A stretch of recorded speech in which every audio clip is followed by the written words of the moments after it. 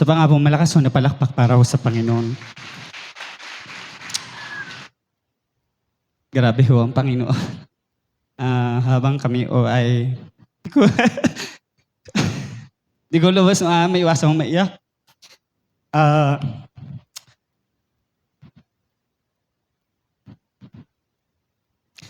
Tatlong araw ho yun eh. 3 days ho nating inilapit ho sa Panginoon yun. Ang Panginoon ho ay manawagan ho at patuloy ho na magbigay ho ng tapang. Lakas ho ng loob. Kakayak naman ho. Naalala ko ho kasi yung time din na pinag-usapan namin ni Ma'am Honey ho. Ganun talaga yun eh. Yung naglilingkod ka naman sa Panginoon, ginagawa mo naman yung ministry mo. Pero sa loob talaga may kakaiba. Kapag may sinasabi ang Panginoon sa'yo, may higit pa dyan na dapat mong gawin. At nakarelate ho ako doon. Kasi nung nagsabi din ho ako sa aking magulang, sabi ho sa akin, go ahead, IT. Hindi ho gano'n. Hindi ho. Sabi niya lang ho sa akin ay, wala, umiiyak lang ho. Tinalikuran ko na ho eh. Ang ina, pumasok na ho ako sa kwarto. Doon ho talaga ako humagulhol. At nung nahimasmasan ho, yun ho, paglabas ko ho, kasing ready na ho yung mga gamit ko, toothbrush, ready na ho para hong mangingibang bansa lang. So yun ano ho, nakakatuwa. Sabi ko, Lord, grabe ho talaga kayo. Grabe ho kayong mangusap. Grabe ho kayong magparanas, kumatagpo ho. Once talaga ho na tinawag ho ninyo, kailanman ho ay hindi ho magbabago ho iyon. Sa puhong muling palakpak ho sa Panginoon. Kaya ho ngayon ay continuation ho ng pag-aaral ho sa aklat ho ng Roma. Noong nakaraang linggo ho ay hinarap ho natin yung isang tanong ho na hanggang ngayon ho ay tinatanong pa rin ho marami ng marami hong tao. Ito yung tanong ho na yun ay, itinakwil na ba ng Diyos ang Israel? Kaya nga ho yung title ho ni Pastor Waltz ho, Kuya Waltz, Can God Be Trusted? Pagkakatiwalaan ba ang Diyos? Ano ho yun? So continuation ho tayo. At sabi ho ni Pablo doon, hinding-hindi. Okay? Hindi ho ito sagot ng isang taong nagbabaka sakali lang. Ito ay sagot ho ng isang taong confident ho at kilala ho ang karakter ho ng Diyos.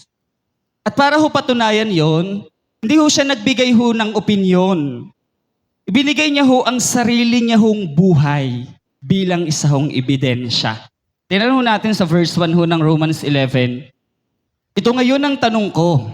Itinakwil ba ng Diyos ang kanyang sariling bayan? Sabi ho ni Pablo, hinding-hindi. Sa katunayan, ako man ay isang Israelita mula sa lahi ni Abraham at kabilang sa lipi ni Benjamin. Inaaral ho natin ang aklat ho ng Roma. Ngayon ho, nasa chapter 11 na ho tayo. At bakit ho natin to inaaral? Gusto ko lang ho maging malinaw ho sa bawat isa. Inaaral ho natin ang Romans 11 ho, Book of Romans, dahil may panganib ho kapag mali ang pagkaintindi o pagkaunawa ho natin sa Diyos. Okay?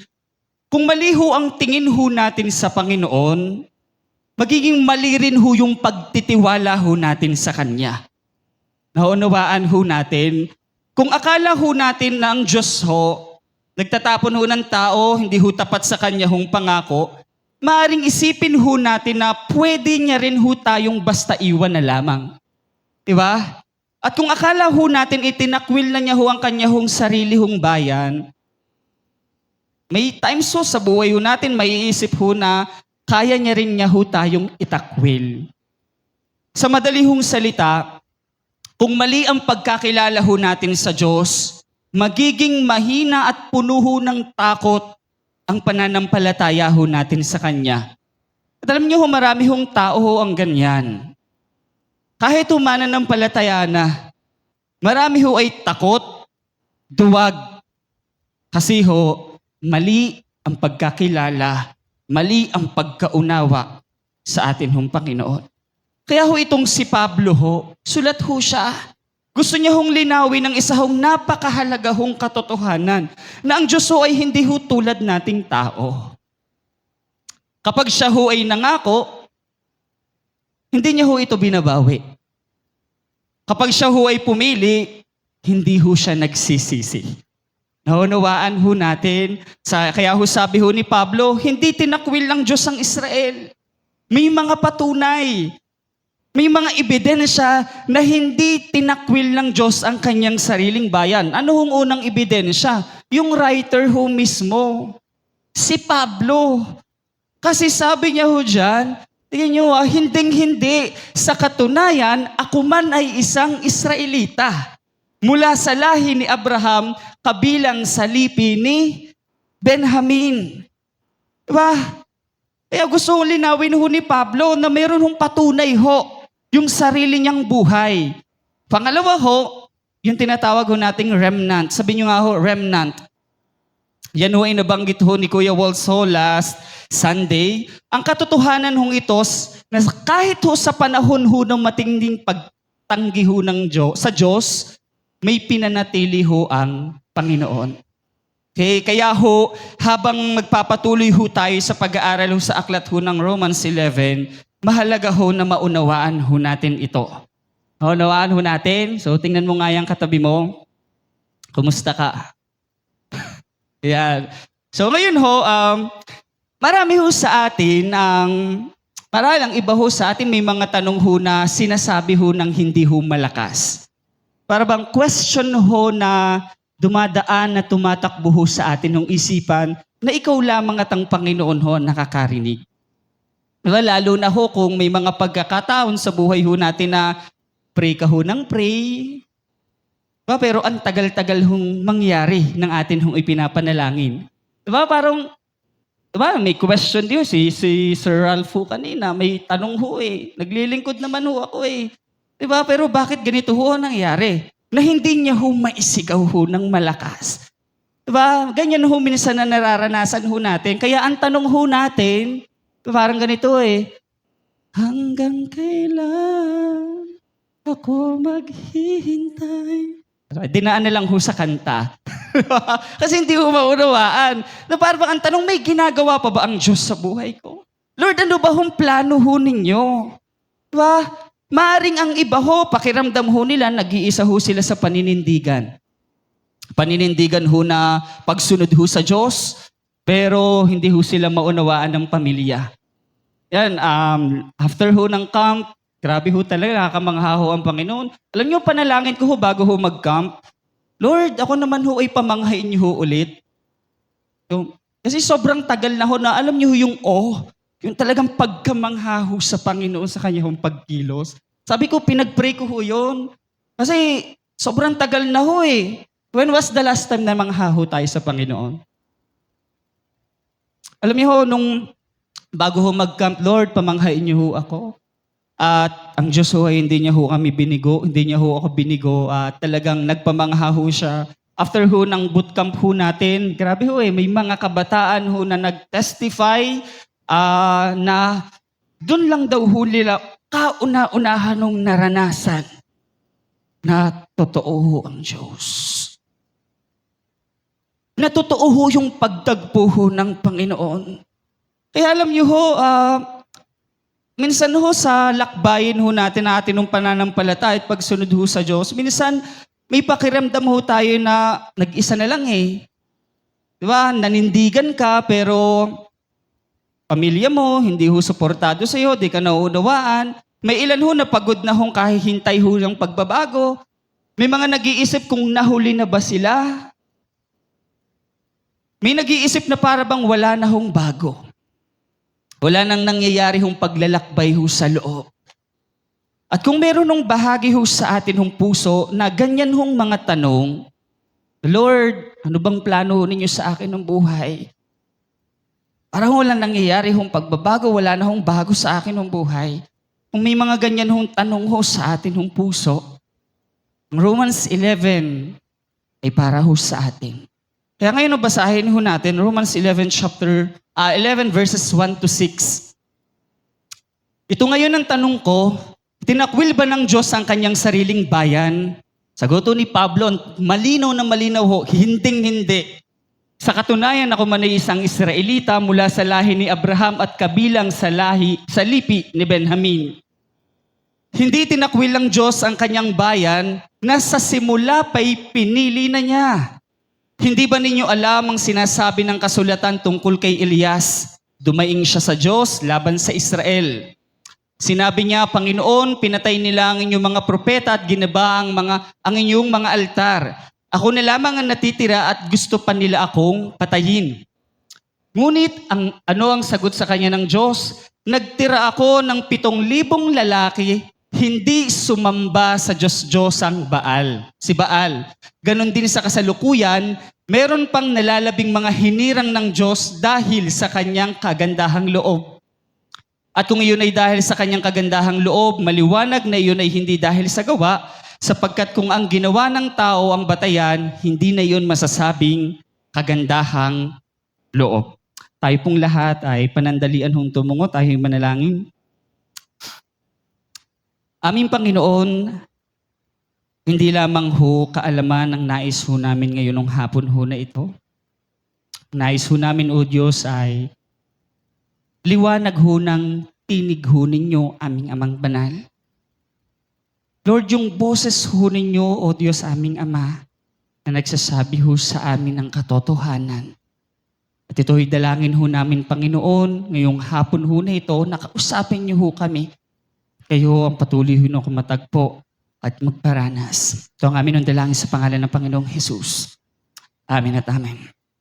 So ngayon ho, bago ho natin maintindihan kung ano ho itong sinasabi ho ni Pablo sa Romans 11, no? Short lang ho. Kailangan lang ho muna nating balikan ho saglit yung kwento ho ng Israel para ho mas lalo ho nating maunawaan yung konteksto ho ng atin hong pag-aaralan ho ngayong hapon. Ngayon ho, ang Israel ho, hindi ho siya basta-basta ho isang bansa. Sila ho isang bayan ho na tinawag ho ng Diyos mula pa kay Abraham. Okay? Isa hong pangako ang binuo ho ng Diyos na sa pamamagitan ho nila, pagpapalain ho ang buong hong mundo.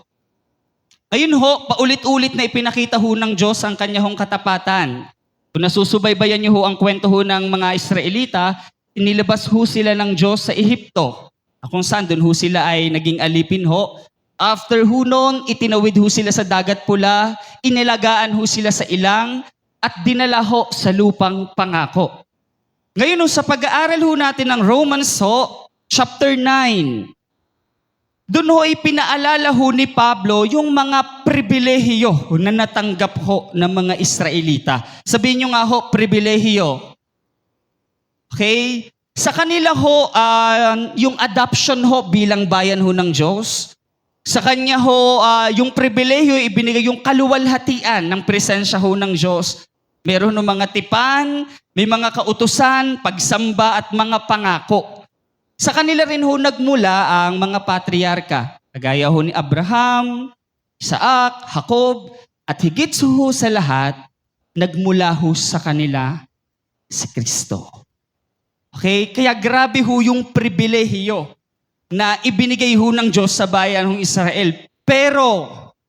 But, sa kabila ho ng lahat ho ng yon, sa kabila ho ng habag, biyaya ho ng Diyos ho sa bayan ng Israel, paulit-ulit din hong ipinakita ng Israel yung parehas ho na pattern. Ano ho yung pattern ho na yon? Na ang mga Israelita ho susunod kapag may himala. Lumalayo na ho kapag may times na ho na kailangang maghintay. Nagiging tapat ho sila kapag malinaw ho yung kilos ho ng Diyos. Ngunit, ito ho yung problema ho ng mga Israelita, nagdududa na ho kapag nararamdaman na ho nila na tahimik ho ang Diyos. At sa sobrang tagal ho ng paglalakbay ho nila, paulit-ulit ho yung pattern na ginagawa ho nila. At alam niyo ho, minsan sa pagsunod ho natin sa Panginoon, di times kagaya ho tayo ng Israelites. Diba? Dumadating ho ang panahon na ipinadala ho ng Diyos ang kanya hong anak. Kaso ang problema, nireject pa rin ho ng mga Israelita ang Panginoong Jesus. At dito ho ngayon nagsisimulang pumasok yung mabigat na tanong. Kung ganito ang nangyari sa bayang pinili ng Diyos, nireject nila si Jesus, nasa kanila na yung mga pribilehiyo, pero tinanggihan nila yung pinangakong tagapagligtas. Ano na ngayon ang kalagayan ng bayang Israel? Grabe yung habag na natanggap nila pero nireject nila ang tagapagligtas. Ngayon tapos na ba ang kwento nila? Ito ho ang tanong na sinagot ho ni Pablo. At para ho sagutin ito, hindi ho siya nagsimula ho sa teorya lamang, kundi ho sa isang kwento ho na alam din ho ng mga Hudyo. Ano ho yung kwento na yan? Yan ho yung kwento ho, nino ho, ni Elias. Diba, tingnan sa verse 2 ho. Balikan ho natin yung verse 2. Alam niyo si Pablo, marunong dun ho ito eh. Yung pagsagot niya ho sa mga tao ho na nagtatanong sa kanya, talagang ang sagot niya ho eh, ina-assure niya ho na mauunawaan din ho talaga ng mga tao nagtatanong sa kanya. Kaya sabi niya dyan, hindi tinakwil ng Diyos ang kanyang bayan na sa simula pa'y pinili na niya. Hindi ba ninyo alam ang sinasabi sa kasulatan? Tungkol kay Elias, dumaing siya sa Diyos laban sa Israel. Diba? Ano ho yung nangyari? Dito ho mas lalong luminaw ho yung puso ho ng Diyos sa pamamagitan ho ng kwento ni Elias. Kung kayo ho ay nagbabasa ho ng Biblia, ito ho'y mababasa ho natin sa unang aklat ho ng Hari, chapter 18. So, pag uwi ho natin, basahin na lang ho natin. So, ikukwento ko lang ho ng mabilisan. Sino ho ba itong si Elias? Si Elias ho ay isang propeta na literal ho na nakakita ho ng kapangyarihan ho ng Diyos. As in literal. Himala ang nakita ho ni Elias. Sa bundok ho ng Carmel, hinarap ho ni Elias ang 450 prophets ho ni Baal. Isang laban kung saan ho malinaw ang tanong, sino ang tunay na Diyos? Pero noong tunggalian sa bundok ho ng Carmel, sa pagitan ho ni Elias at sa 450 ho na propeta ni Baal, yung Diyos-Diyosan ho. Sumigaw ang mga propeta ni Baal mula umaga hanggang hapon. Sumayaw, sumigaw, nagsugat ng sarili, pero wala pa rin hong sagot ang kanilahong Diyos. Pagdating ho ng oras ho ni Elias, binasa niya ang altar, binuhusan pa ng tubig ang handog, 3 beses ho. Parang sinasadya ho ni Elias na gawing imposible ho ang sitwasyon. At nang siya ay nanalangin ho, ito na ho yun eh. Ito na ho yung moment ho na bumabaho ang apoy ng Diyos mula ho sa langit. Nilamon ang handog ho, ang kahoy, ang bato, pati ang tubig sa paligid. At wala hong duta, ang Diyos ho ay buhay. Sa madali ho't salita ho, yun hong labanan ho ni Elias at ng mga propeta ho ni Baal, kailangan ho masunog ho yung kahoy, yung handog ho. Ngayon ho, nanalangin na nagpray ho yung mga propeta ho ni Baal, kaso wala ho nangyari.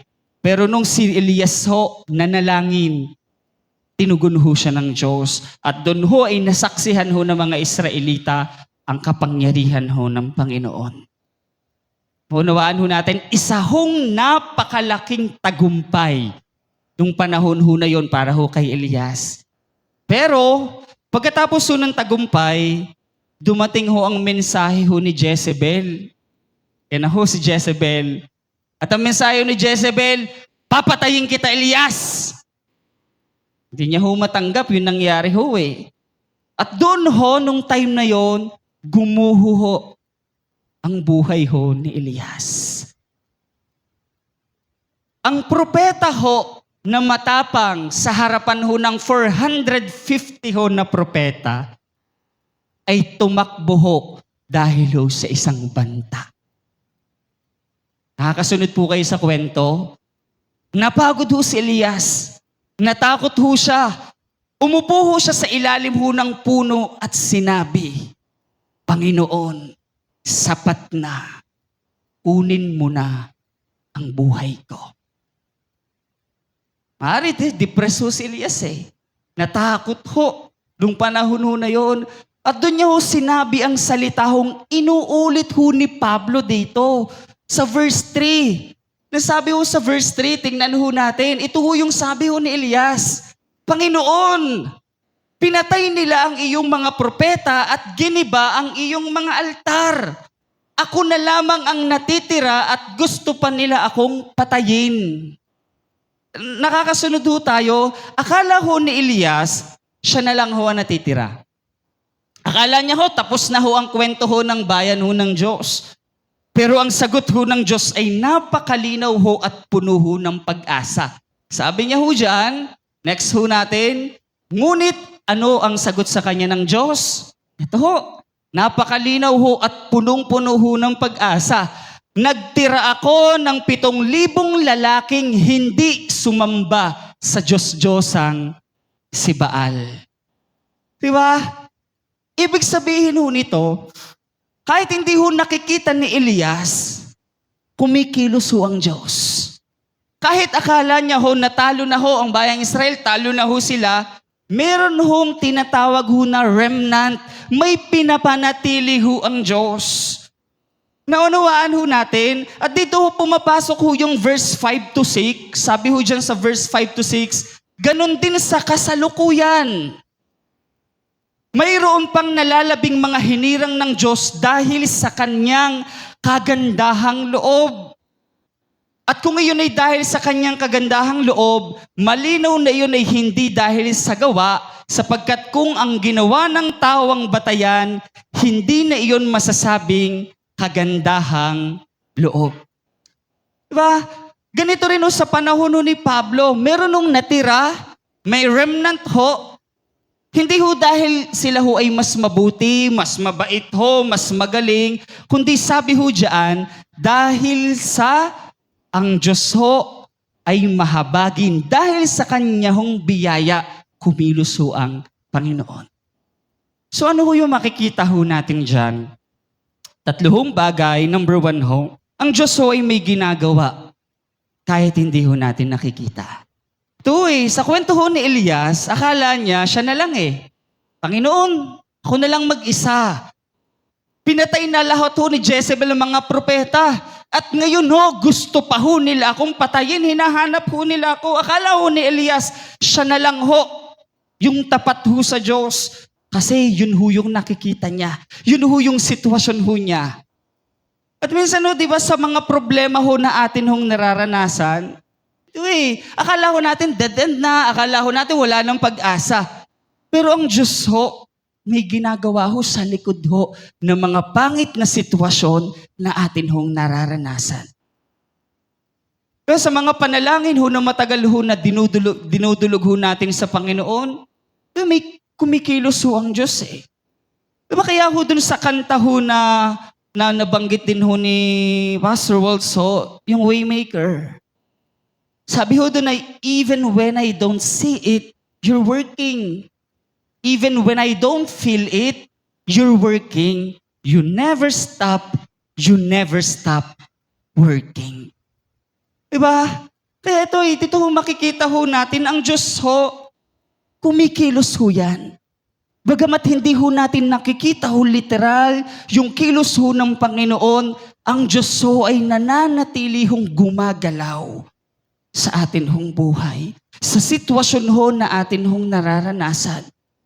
Sa mga problema ho na kinakaharap ho natin, sa mga pinapanalangin ho natin, sa atin hong partners, sa mga magulang ho natin na idinudulog ho sa Diyos na, Lord, kayo ho ang mangusap, kayo ho ang magbago. Panginoon, sa mga inaalagaan ho namin, Panginoon, kayo ho ang kumatagpo ho sa kanila. Diba? Turo ka ho ng turo. Ginagawa mo naman ang lahat ng iyong dapat gawin bilang isang tagapag-alaga, sinama mo na sa bahay mo, nag-i-effort ka naman, pero wala pa rin ho Dito ho natin makita, ang Diyos ho ay may ginagawa, bagamat hindi ho natin nakikita. Naunawaan ho natin, kaya kung pakiramdam ho natin, wala ho nangyayari ho sa mga panalangin ho natin, sa mga bagay na idinutulog ho natin sa Diyos, wag ho agad tayong sumuko. Kasi ang Diyos ho, siya ho ay tapat. Siya ho ay mabuti. Siya ho ay hindi ho nagbabago ho ang isipan. Kaya huwag ho agad tayong sumuko at patuloy ho tayo na lumapit ho sa Panginoon, maglingkod ho, patuloy ho na maipataas ang kanyang pangalan. Pangalawa ho, ang biyaya ang basihan ng pagpili ng Diyos. Sinabi ho ni Pablo sa Romans 11 verse 6 ho, at kung iyon ay dahil sa kanyang kagandahang loob, maliwanag na iyon ay hindi dahil sa gawa, sapagkat kung ang ginawa ng tao ang batayan, hindi na iyon masasabing kagandahang loob. Sabi ho ni Pablo, kung ito ay biyaya, hindi na ho ito batay sa gawa.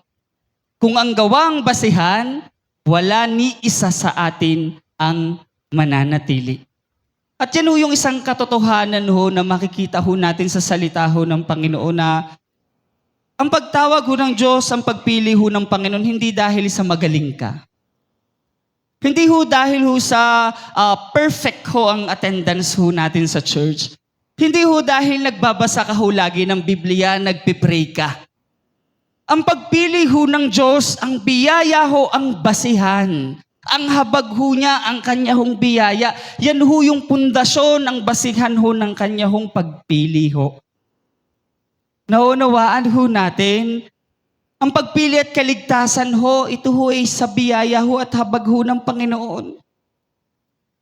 Kaya alam niyo, itigil na ho natin yung mga, diba? Kaya ho tayo lalapit ho sa Diyos na para bang kailangan mo siyang bayaran.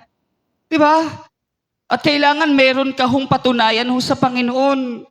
Lumapit ho tayo sa Panginoon dahil ho may biyaya. Hindi ho dahil ho ganito ang iyong estado na may record ka, may naibigay ka. Lapit ho tayo sa Diyos kasi ang Diyos ho, siya ho yung Diyos ho ng awa at biyaya. Na hindi ho dahil sa galing ho natin. Hindi ho sa background ho natin. Pagiging relihiyoso mo. Hindi ho eh. Ang basahan ho ng pagpili ho ng Diyos, wala hong iba, hindi sa kanya hong habag at biyaya. Naunawaan ho natin. Kaya ho yung pangatlong bagay, gusto kong iwan ho sa bawat isa, ang pakiramdam mo ay hindi batayan ho ng katotohanan. Si Elias ho, feeling niya ho, nag-iisa na siya eh. Lungkot ho siya. After ho ng victory, lungkot, takot, depression. Pakiramdam ho ni Elias, nag-iisa na siya. Pero ang katotohanan ho, may 7,000 pa na pinanatili ho ang Diyos.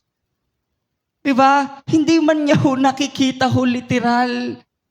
Naakala niya ho wala ng pag-asa. Nag-iisa na lang siya. Gusto na nga niya ho eh. Lord, kunin niyo na ho ako.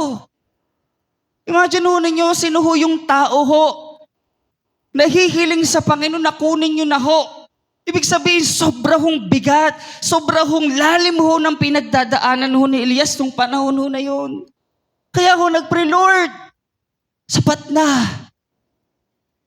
Kunin nyo na ho ako. Yun ho yung pakiramdam niya ho eh. Pero ang pakiramdam ho, hindi ho yan ang batayan ho ng katotohanan. Kasi ang katotohanan ho, hindi ka naman talaga nag-iisa eh.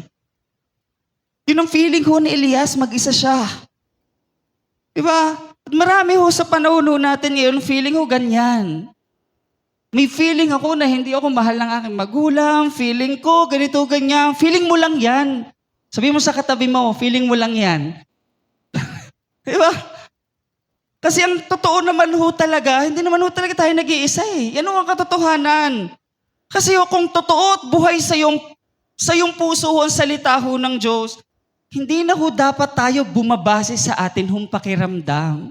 O feeling ko ako'y pinag-uusapan ng mga office mate ko. Kasi ako may nagawang ganito. Minsan ganyan ho tayo eh. Kaya minsan yung pakiramdam ho natin, nagdudulot ho ng takot sa atin. Alam niyo ho, madalas madami ho nag-aaway dahil sa pakiramdam.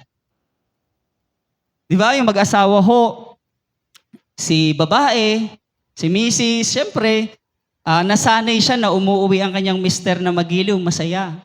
Di ba? One time ho, umuwi ho ang mister, seryoso, tahimik.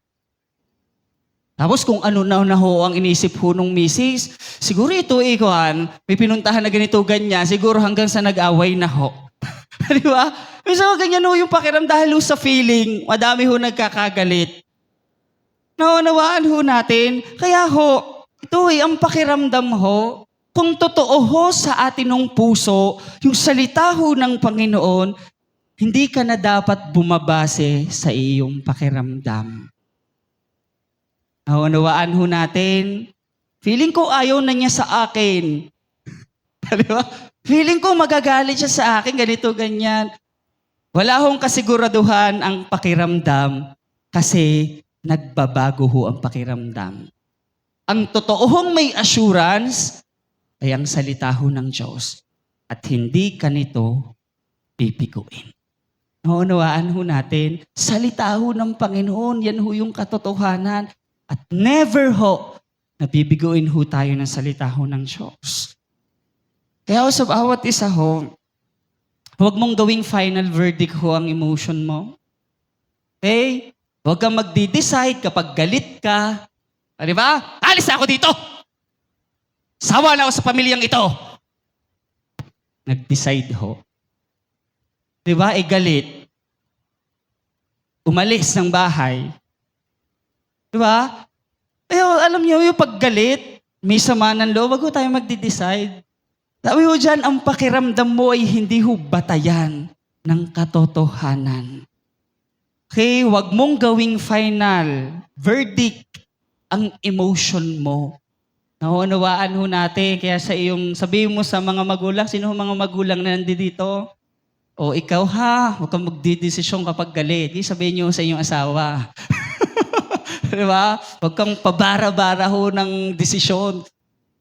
Disaster ho yan eh. Naunawaan ho natin. Kaya yung pag-apat ho, may pang-apat, katotohanan ho, ang Diyos ho ay may remnant ho. May mga pinanatili hong tapat. At may lugar ka ho sa kanya hong kwento.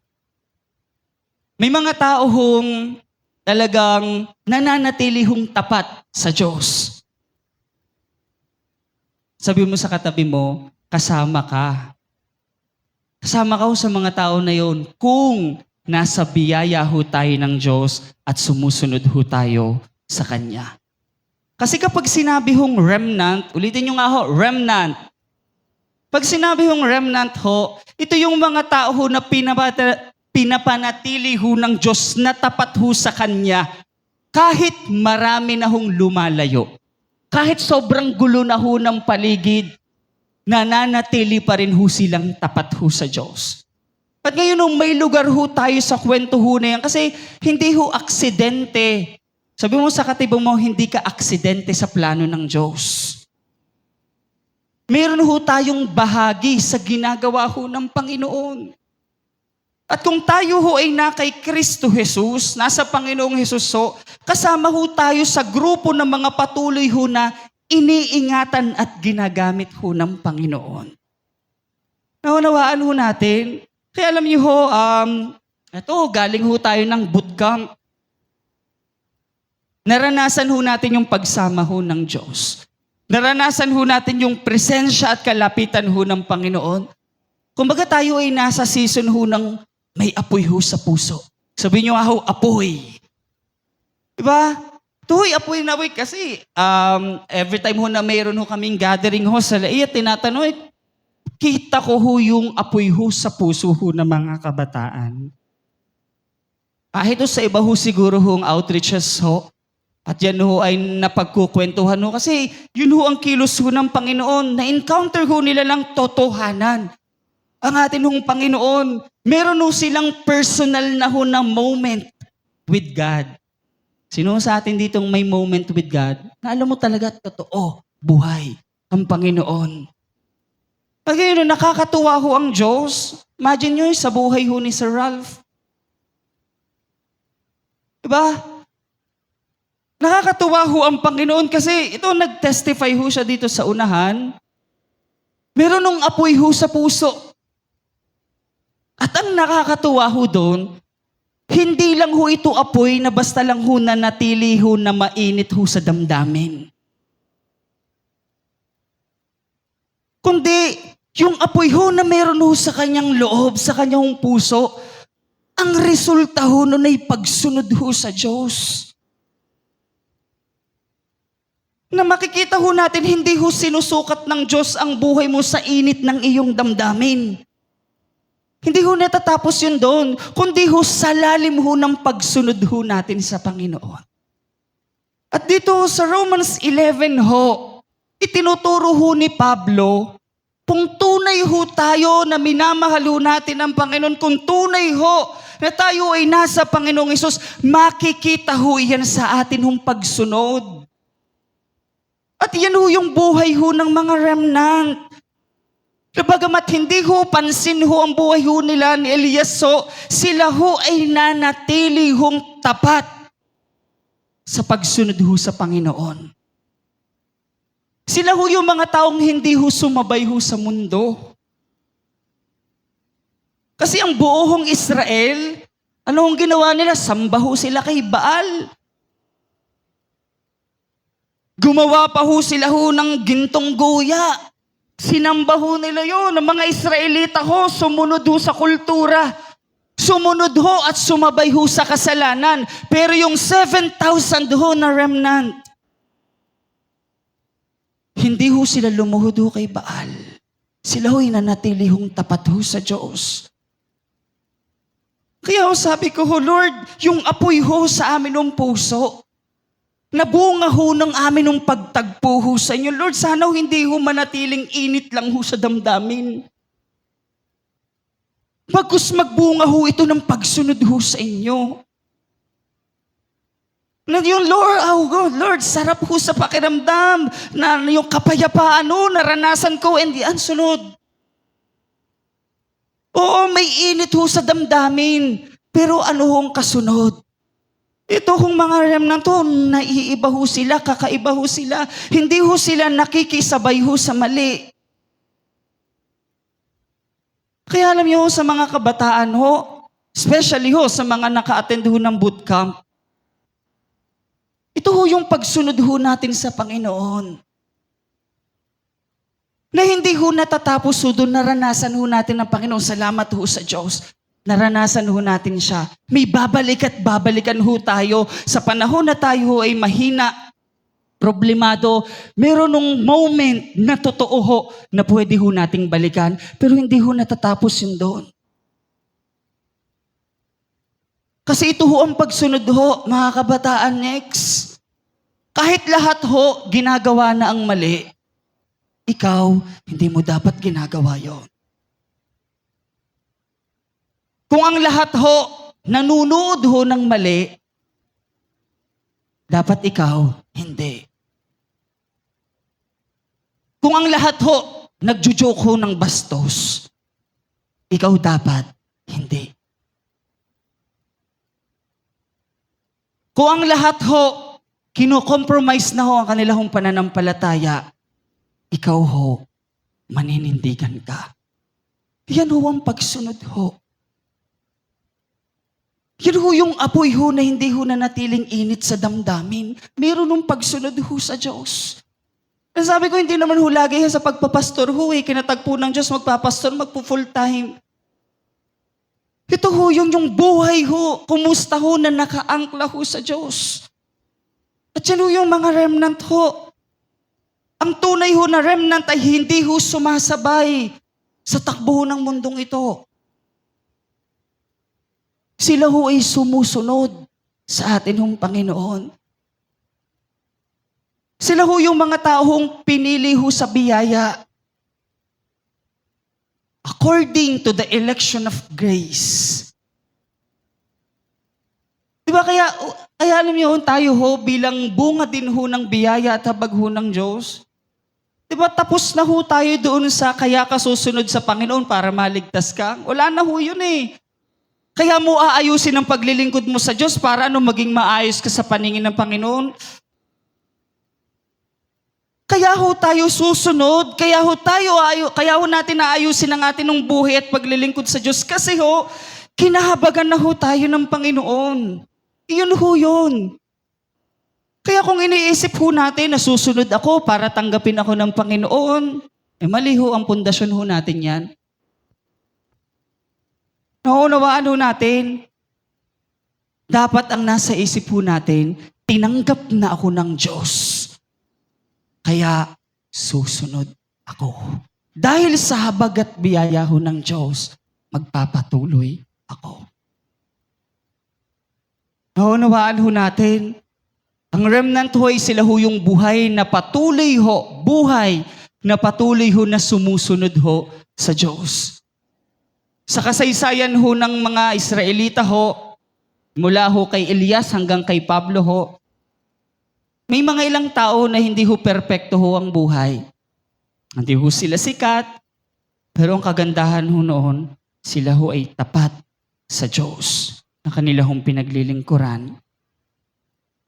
Kaya ho, bilang tayo ho na bahagi ho, kinahabagan, kinaawaan ho ng Diyos, sana ho yung buhay ho natin, yung lifestyle ho natin, makita ho talaga na sumusunod ho sa kalooban ho ng Panginoon. Sumusunod ho tayo dun ho sa nais ho ng Diyos sa atin hong buhay. Hindi lang ho yung umiiyak ho tayo, pag nagpipraise and worship, taas ho ang kamay, may emotional moment ho sa Diyos. Kundi sana ho, daily prayer, kahit wala hong gana. Pag-iwas ho, paglayo ho sa kasalanan, kahit ho mahirap. Panindigan ho natin ang pagsunod, kahit wala hong nakakakita ho sa atin. Yun ho yung maging lifestyle ho natin. Yung maging buhay ho na mayroon ng apoy na hindi lang ho init ng damdamin, kundi nakikita ho sa atin hong pagsunod sa kalooban ho ng Panginoon. Kung tayo'y bahagi ho ng remnant, ang ebidensya ho niya ni wala hong iba, kundi pagsunod ho sa Diyos. Naunawaan ho natin, kung yung sa bootcamp ho, naranasan ho natin yung apoy. Ang Diyos ho, binigyan ho tayo ng passion. Passion ho sa paglilingkod, sa pagsunod sa Kanya. Kung doon naranasan ho natin yung panawagan ho ng Diyos. Ito hong Romans 11 reminds us ho, hindi sapat yung apoy. Kailangan ho ng pagsunod ho sa Diyos. Kailangan ho ng obedience. Sabihin nyo nga ho, obedience. Kasi ho, hindi ho tayo tinawag ho ng Diyos para ho maging emotional Christian. Tinawag niya ho tayo para maging obedient Christian. Masunurin ho sa kalooban ho ng Diyos. Masunurin ho sa kung ano ho ang ipinapagawa niya ho sa atin. Okay? Kaya ho, village, hindi ho tayo tatawagin ho ng Diyos para lang ho ma-feel ulit yung fire. Okay? Meron nung mas mabigat ho na layunin ang atin hong buhay. Kaya ho, sa bawat isa, mga kabataan ho, magulang, young adult, sunod ho tayo sa Diyos. Kahit wala ho nakakakita. Sunod ho tayo sa Panginoon kahit wala hong palakpak ho o tapik na natatanggap. Sunod ho tayo sa Panginoon kahit hindi ho natin alam ang kinabukasan. Yan ho ang buhay ho ng remnant. Tigil na ho natin yung mga pagkompormiso ho. Lalo tigit sa atin hong panawagan. Stop na ho natin yung pag-compromise ho sa pananampalataya ho natin. Kung nasanay na ho tayo, kinukompromiso ho natin lagi ang pananampalataya, kapalit ho ng mga bagay na wala hong eternal ho na value. Stop na ho natin yan. Simulan ho nating sumunod ho ng totohanan ho sa Panginoon. At sa pagsunod ho natin sa Diyos, magtiwala ho tayo sa biyaya ho ng Panginoon. Hindi ho tayo perpekto. Hindi naman ho tayo magaling. Pero ang katotohanan ho, tinawag ka ho ng Diyos. At dahil tinawag ka ho ng Diyos, sumunod ka. Sumunod ka ho sa ipinapagawa ho ng Diyos na makapangyarihan ho sa lahat. Sumunod ka ho sa Diyos na tumatawag sa iyo. Diyos na may-ari ng iyong buhay.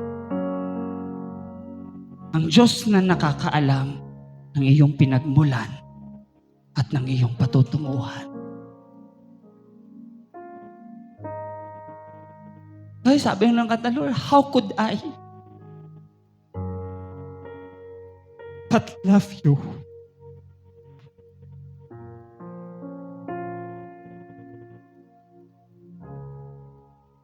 Lord, grabe ho yung ginawa ko niyo sa buhay ho namin. Galit at puot ho, Diyos. Kahihinatnan ho namin. Pero Panginoon, yung biyaya ho ninyo, isinalba ho kami. Yung biyaya ho ninyo, Panginoon, iniligtas ho kami. Kaya Panginoon, ano ba naman ho itong buhay ho namin? Mapaglingkuran ka lang. Ano ba naman ho, Panginoon, yung pangarap ho namin? Ialay lamang ho sa inyo. Kaya ho sa atin ng paglalakbay, wilderness run.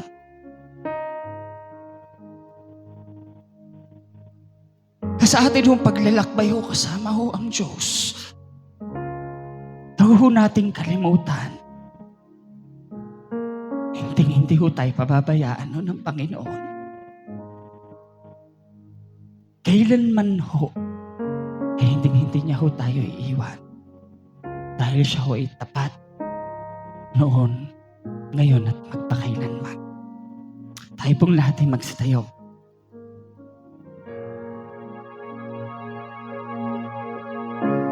We've seen what you can do, Lord. Panginoon,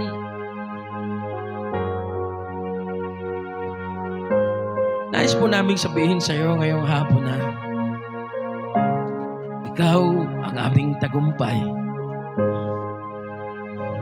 Sa mga tinawag mo na inalipin ng takot, tinapos mo na. Salamat sa katapangan at pangako na binigay mo po sa iyong mga tinawag, Panginoon o Diyos. Sa mga nanatili, Panginoon o Diyos, na tapat. Ikaw yun, Panginoon o Diyos. We can say that you're our victory. Na ikaw, Panginoon, ang aming katagumpayan o Diyos. Kaya, Panginoon, binabalik namin sa iyo ang papuri sa mga pusong natitiliman, Panginoon. Ikaw ang siyang liwanag, Panginoon. Salamat, Panginoon, dahil nararanasan ka namin ang iyong pagmamahal, ang iyong kapangyarihan, ang iyong dakilang pag-ibig, Panginoon, o Diyos. Salamat, Panginoon, sa mga panahon na kami po ay nahihirapan. Andun ang iyong biyaya. Andun ang iyong pangako, Panginoon. Salamat, Panginoon, o Diyos. Dahil tunay kang tapat na Diyos na siya pong tumawag po sa amin, Panginoon. Na siya pong nangako po sa amin, Panginoon. Kaya kami po'y narito sa iyong paanan ngayon pong hapong ito. Nagsusumigaw ng iyong pangalan, Panginoong Yesus. Umaawit sa iyo, Panginoon. Umaasa sa iyo, Panginoon. sumasampalataya sa iyo, Panginoon. Alam mo namin, Panginoon, kay Diyos na patuloy kumikilos, Panginoon. Diyos na patuloy na nagmamahal. Diyos patuloy, Panginoon, na umiibig. Dalangin ko lamang po, Panginoon, o Diyos, nahayaan niyo po ang bawat buhay po, ang bawat isang naririto, ay maging pagsamba sa iyo, Panginoon. Dalangin ko lamang po sa amin pong mga kabataan, Panginoon, na ngayon po ay meron ng alab sa kanilang mga puso.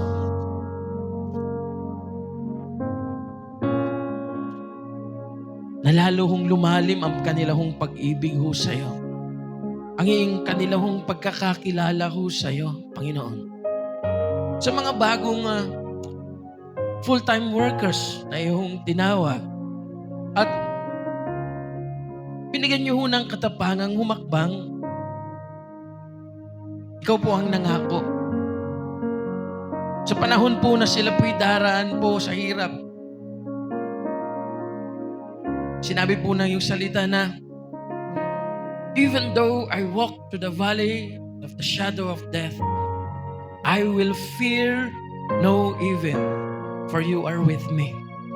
Kasama ka po namin. Ikaw po'y sumasa amin, Panginoon, o Diyos.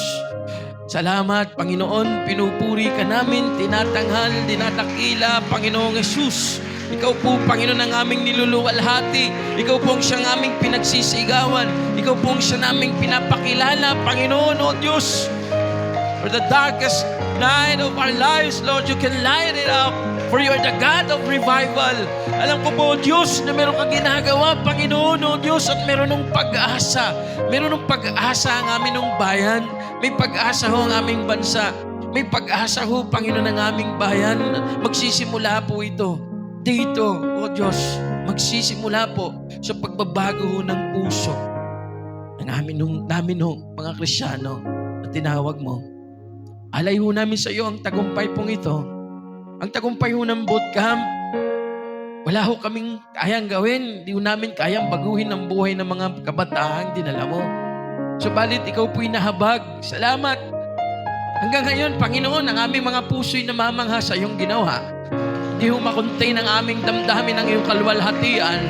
Na Panginoon, kung paano ho namin nakita ang iyong pagkilos, hindi ho namin kayang ituro ang pagsamba sa kanila.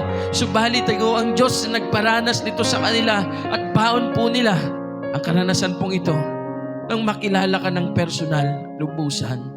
Sa iyo ang papurit pagsamba sa pangalan ng Panginoong Jesus na aming Diyos. Amen at Amen.